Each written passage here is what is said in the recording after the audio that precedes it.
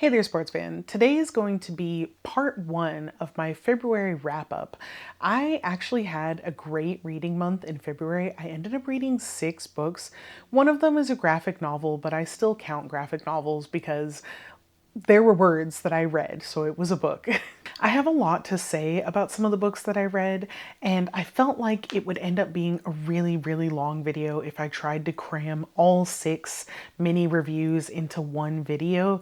So I'm going to split it up. This will be part one, and I'll talk about the first 3 books that I read, and then I will get part two recorded and uploaded hopefully very quickly and talk about the last 3 books that I read. I won't talk about this one too long because I did make an entire review in its own video, but the first book I read in February was Iron Gold by Pierce Brown. I loved this. I thought it was great. It's such a good reintroduction to this world. I enjoyed every minute of it. I have since seen some people give like their tier ranking of every Red Rising book, and they put this one at the bottom, which is shocking to me because I thought that this book was so good. But that bodes well for me because it means that Dark Age will be even better.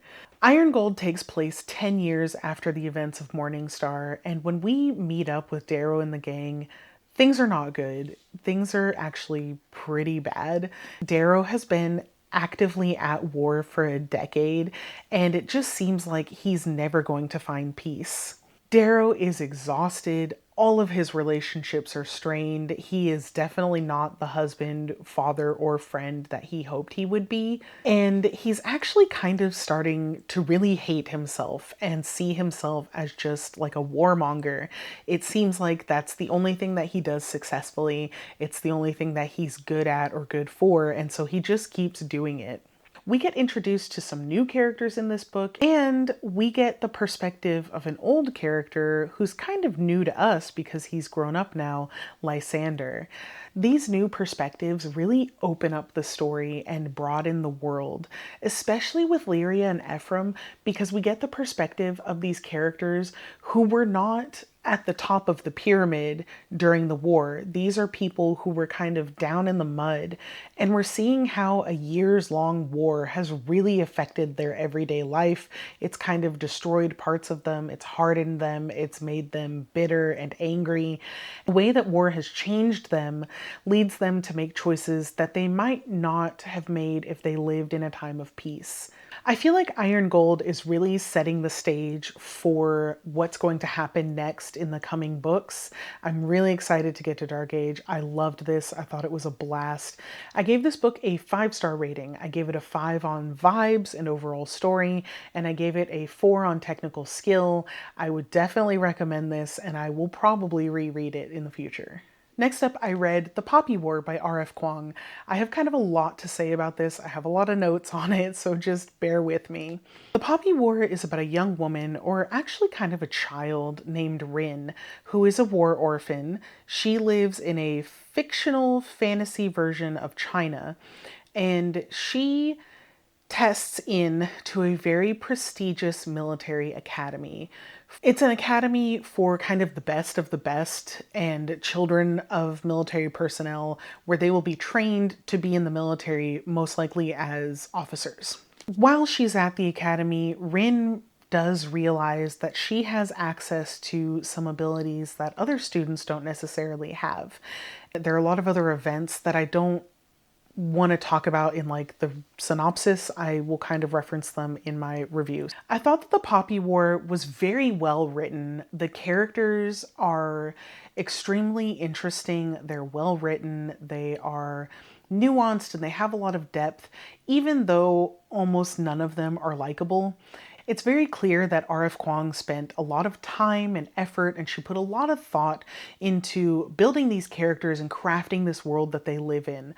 The writing is very nice. It felt like everything that Kuang included had relevance to the story. Nothing felt really arbitrary with the exception of one chapter that I will get to, but almost everything felt like it really served a purpose in the story. One of my biggest issues with The Poppy War was not liking Rin and not finding her and the situations that she's in to be believable. Now, I understand that this is a fantasy book, so there is an amount of suspension of disbelief, but some things didn't make sense within the context of the story. So, for example, when we meet Rin, she is around 15. I think about a year into her studies at the school, she experiences her first menstrual cycle. And it is a complete and total shock to her. She has no idea what is happening. She doesn't know what a menses is. She's completely unfamiliar with it. She thinks that she's dying, and she thinks that she has to conceal that something has happened to her lest the other students think that she's weak.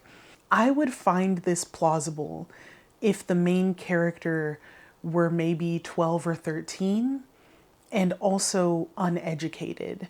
So Rin already understands sex before she comes to the school, and we know that because she references it. She tells us that she understands sex.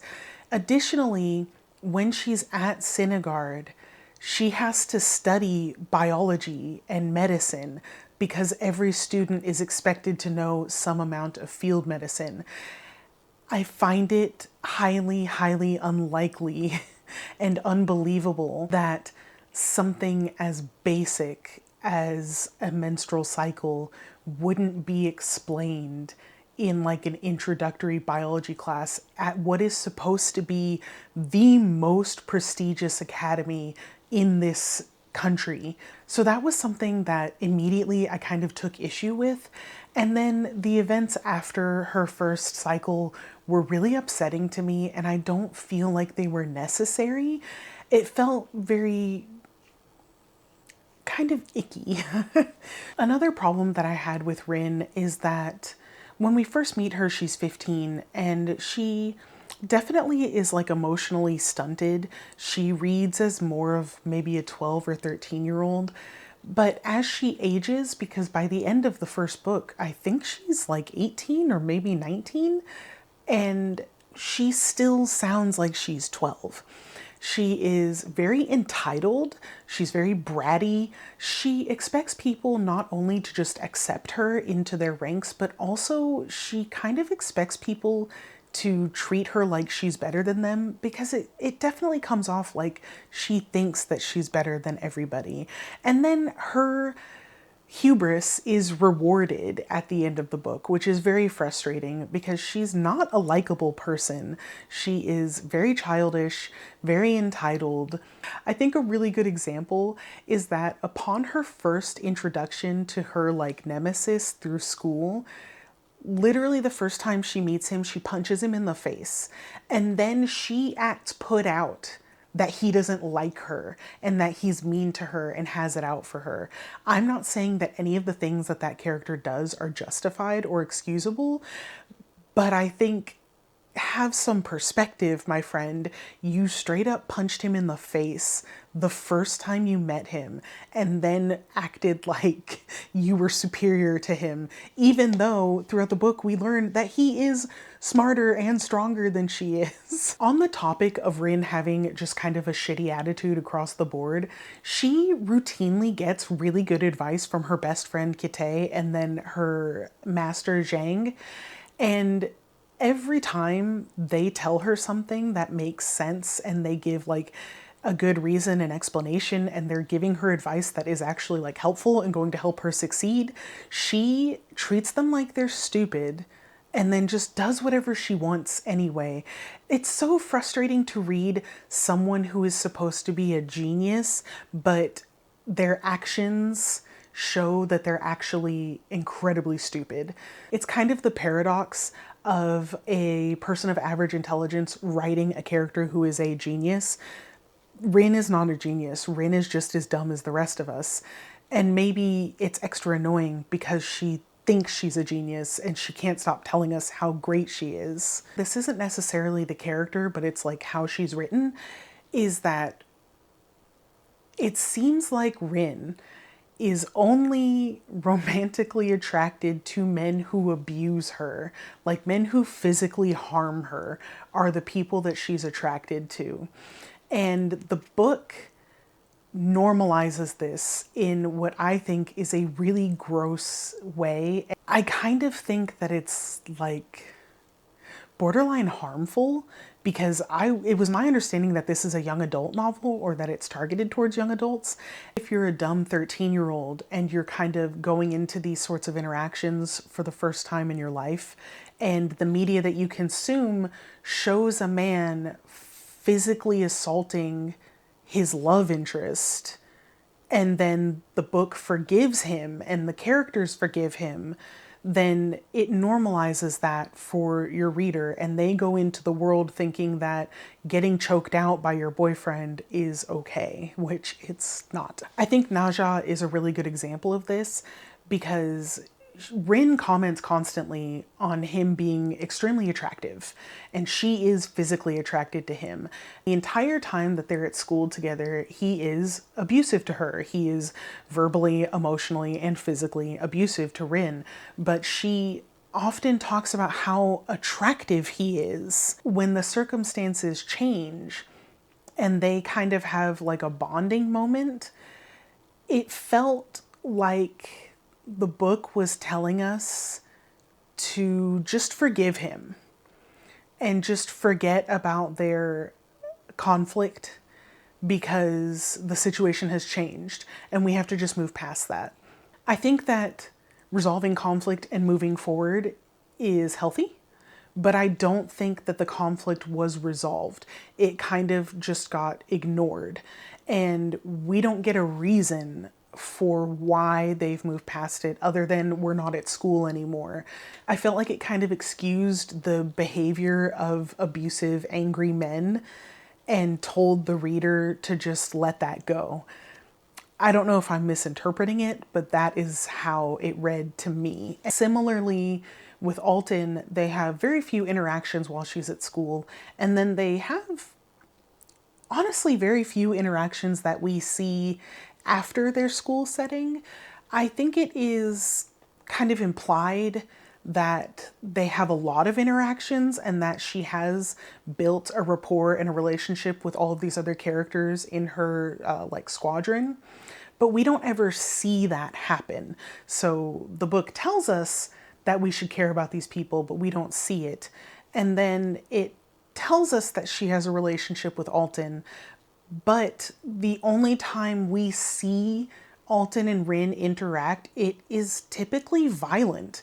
It's him threatening her, yelling at her, telling her that she's stupid, that she's not good enough, and then at one point physically assaulting her. When one of the actual good people in this book, Kitay, sees that she's been physically assaulted by Alton, instead of letting him talk to her and talk through what happened and maybe find a resolution, Rin gets mad at him for telling her that Alton should not have put his hands on her.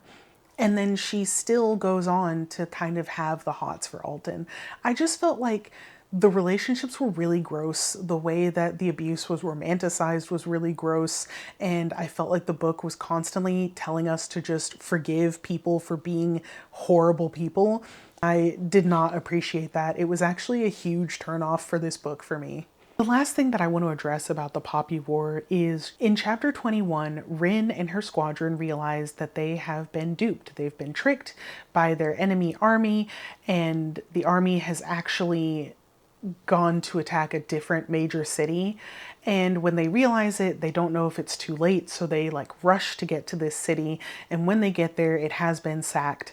Almost every single person in this city is dead. The enemy army has kind of swept through and left because they are making their way through other major cities.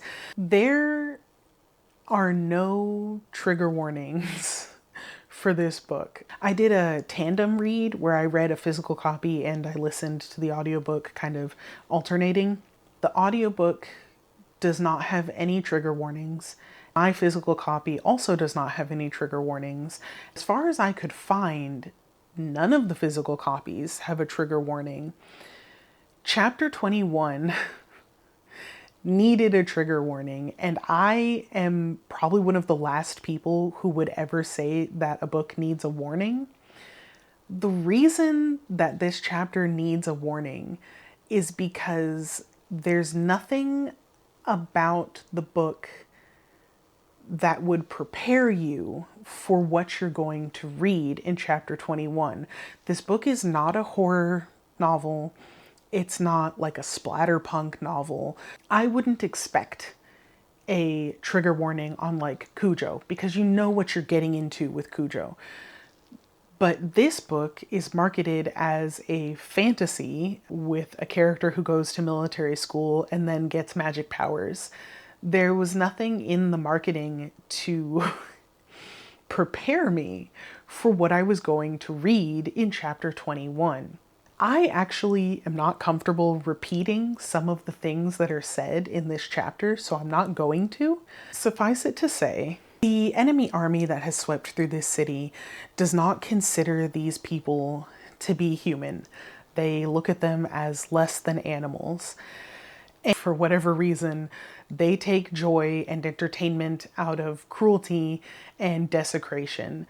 A lot of really disgusting crimes against humanity are described as things that have been done to the corpses that they're finding littered throughout this city. And some of these things are described in such grotesque detail that I almost just stopped reading, especially when there is a very, very specific scene. Rin finds a girl who she went to school with, and this girl was only kept alive because she was an attractive girl, if that makes sense. And she recounts a story in graphic detail of some horrible things that were done to the other women of all ages and stages of life. And it was very upsetting, and I was not prepared to read that. And I've read a lot of upsetting things. I've read Berserk, so I am familiar with things that are taboo and upsetting and grotesque, but going in knowing that that's what you're going to get is different than having it shoved into your face.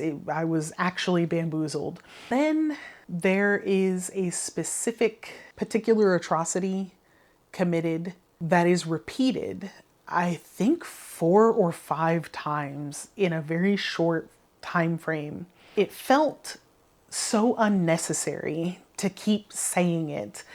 And I know that this might be because of R.F. Kuang's background as a Chinese woman, and she is paralleling some of the atrocities that were committed against Chinese people.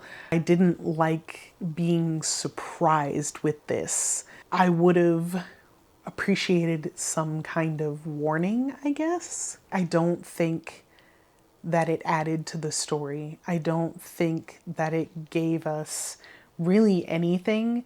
And I referenced this earlier as maybe the only thing in the story that didn't feel like it really served a purpose other than to dehumanize Rin's enemies, so that I guess we won't feel as conflicted about what she does later in the book, which is also absolutely horrible.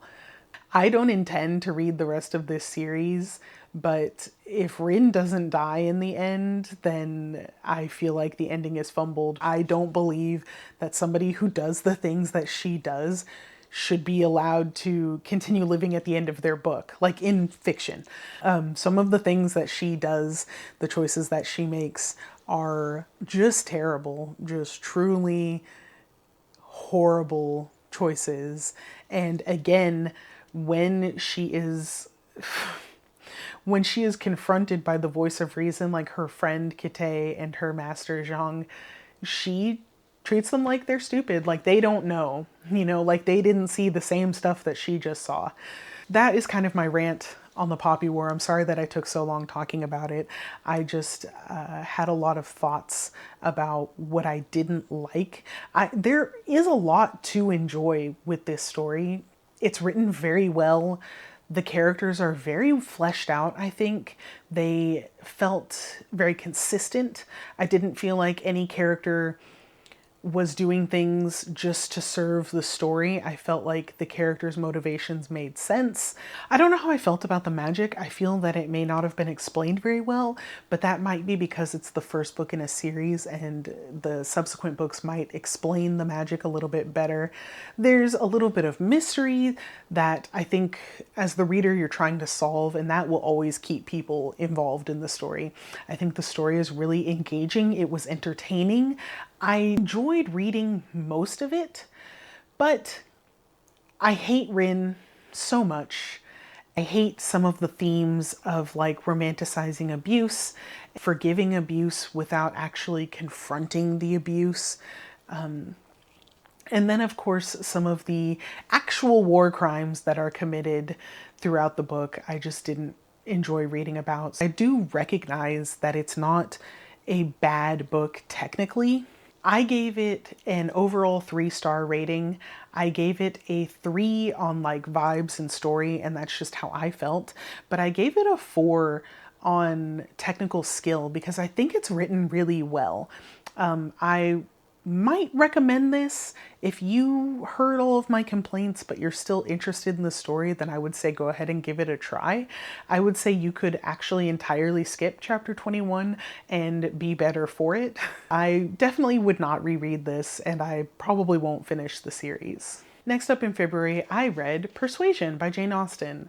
I really enjoyed this. Persuasion is about a woman named Anne Elliot who is in her mid to late 20s, and she is looking for love.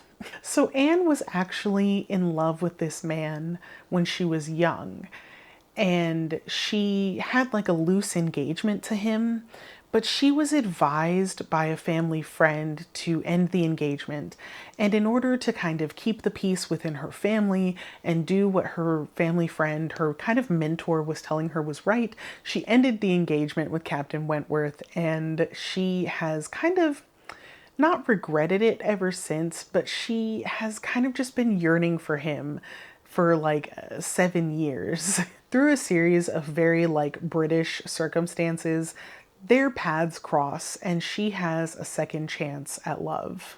I really enjoyed Persuasion. It does suffer, I think, from like classic syndrome for me personally, which is where the book is not particularly long. It's just under 200 pages, but I felt like it took me a long time to really get into the rhythm of the storytelling.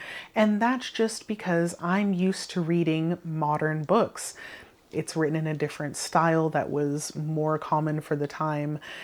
I don't read a lot of classics, so it is harder for me personally to kind of get into that flow and really find the rhythm and my stride when I'm reading a classic. But once I got into it, I did really enjoy it. I don't think I would say that it meanders, but I think there's something about the voice of the narrator that didn't really resonate with me. I felt like the narrator was constantly telling me about things that had already happened and wasn't telling me things that were actively happening. I really liked Anne's character. I like that she is such a genuine person. While her family is extremely annoying, she still just loves them for who they are, even though she does find them a little bit annoying. She never really complains about them. I also liked her perspective when she said that she didn't regret rejecting Captain Wentworth when she did. And her reasoning was that if she had gone against what her family wanted, then she would have built up resentment towards Wentworth if they had gone through with their engagement. And she decided, kind of retrospectively, that it would be better to end the engagement and not be with him than to be with him and resent him over time. I thought that that was really insightful and kind of self-aware because it's true. Like, what is the point of marrying this man that you want to be with if you know in the back of your mind that you're not going to be happy, or at least not for long, because the resentment is going to build over time? I found Lady Russell specifically to actually be almost worse than Anne's father and her sisters, they're bad, don't get me wrong. Anne's father and sister Elizabeth are actually the worst. They're so crappy. I hate how Anne's dad and sister Elizabeth sit around and just talk about how hot they are and are like always talking bad about how other people look. And then the book tells us that like Mr. Elliot and Elizabeth aren't even that good looking. So like I found that so frustrating and annoying. I think that Lady Russell actually bothers me more, and it's because Anne's mother has passed away. And Lady Russell was very good friends with Anne's mother. So Russell kind of steps in and places herself over Anne as a friend, but also as kind of a surrogate mom. She's very involved. She's very like bossy and wants to control all of the aspects of Anne's life. I just felt like it was such a weird overstep. I know that I'm looking at that through the lens of our culture today, today's society, what is socially acceptable and normal. I know that by today's standards, that would not be acceptable. I guess that it was much more common for the time that this book was written. It really got under my skin. I found the annoying characters to be so incredibly annoying, just so grating. Anne spends an extended amount of time with Mary, and by the end of that I was like, I just want Mary to shut up. I do not want to hear anything Mary has to say. I don't care about her. I want someone to just like push her out of a carriage. That being said, I really loved the lovable characters. And Captain Wentworth, the Musgroves, Wentworth's friends, whose names I can't recall at the moment, they were all very lovable. And they are kind of a breath of fresh air. I appreciated that. The characters are written well enough that I had strong feelings. I think that my favorite thing about Persuasion is how buttoned up Anne and Captain Wentworth really are. All of the characters really, they're so repressed. When we finally get Wentworth's perspective in the letter that he writes to Anne, it was like this release, this flood of emotion, because everyone has been so buttoned up and straight-faced and not really saying how they feel. And then Wentworth writes this beautiful love letter to Anne. It was so much more impactful because these people are so like tense and repressed when it comes to their emotions. I really liked that. I think that this is kind of the picture perfect example of yearning without any modern romantic tropes. I gave Persuasion an overall 4-star rating. I gave it a 3 on vibes because I did find some of the annoying characters to be so incredibly annoying. Then I had such a hard time getting into the pace of the book, I think. That kind of hurt my enjoyment in some aspects, but I gave it a 5 on technical skill because I think that it's written incredibly well. There's a reason why Jane Austen is so popular, and even though I know some people say this isn't her strongest work, I think that it was written extremely well. I would definitely recommend this if you are a fan of repressed yearning, if you're a fan of taking a stroll through the British countryside. I might reread it. This seems like maybe an every couple of years Valentine's read, so it'll probably get reread eventually. All right, sports fans, so that was part 1 of my February wrap-up. I have 3 more books that I read, and I'm gonna talk about those and record a part 2 and hopefully get that up kind of like back to back with this one. I just didn't want this video to be like an hour long because nobody wants that. So thanks for hanging out.